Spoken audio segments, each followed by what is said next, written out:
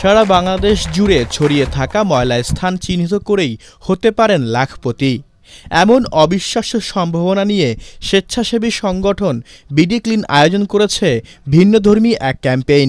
জেলে লালবাতি হও লাখপতি এমন স্লোগান নিয়ে অ্যাপ ভিত্তিক এই প্রতিযোগিতার মাধ্যমে বেছে নেওয়া হবে বিজয়ী। এর মাধ্যমে দেশের নানা প্রান্তে অপরিকল্পিতভাবে ময়লা আবর্জনার স্তূপ চিহ্নিত করে তা নিজেরাই নগর প্রশাসনের সহযোগিতায় পরিচ্ছন্ন করার পরিকল্পনা করছে সংগঠনটি। শুরুর দিন থেকে এখন পর্যন্ত ৪০টিরও বেশি জেলা থেকে ৩,০০০-এরও বেশি স্থান চিহ্নিত করেছে প্রতিযোগীরা।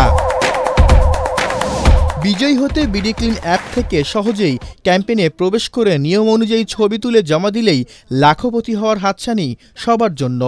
সর্বোচ্চ সংখ্যক ময়লা স্থান চিহ্নিত করা প্রতিযোগী পাবেন ১ লাখ টাকা, তবে বাকিরাও পাচ্ছেন নগদ অর্থসহ পুরস্কার। জেলে লালবাতি হও লাখপতি এই ক্যাম্পেইনের মাধ্যমে আমরা সারা বাংলাদেশের অপরিকল্পিত এবং আনাচে কানাচে ছড়িয়ে ছিটিয়ে থাকা সকল ময়লাযুক্ত স্থানকে চিহ্নিত করতে চাই।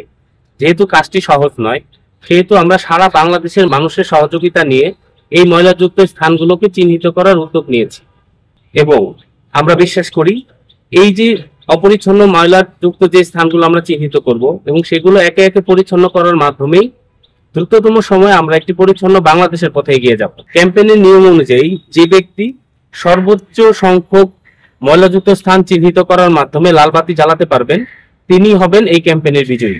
এভাবে যে ব্যক্তি সর্বোচ্চ সংখ্যক ময়লাযুক্ত স্থান চিহ্নিত করার মাধ্যমে লালবাতি জ্বালাবেন তিনি হবেন লাখপতি এবং পরবর্তী ১০ জন হবেন টপ 10 বিজয়ী এবং এরই সাথে পরবর্তী ১০০ জন হবেন টপ 100 বিজয়ী।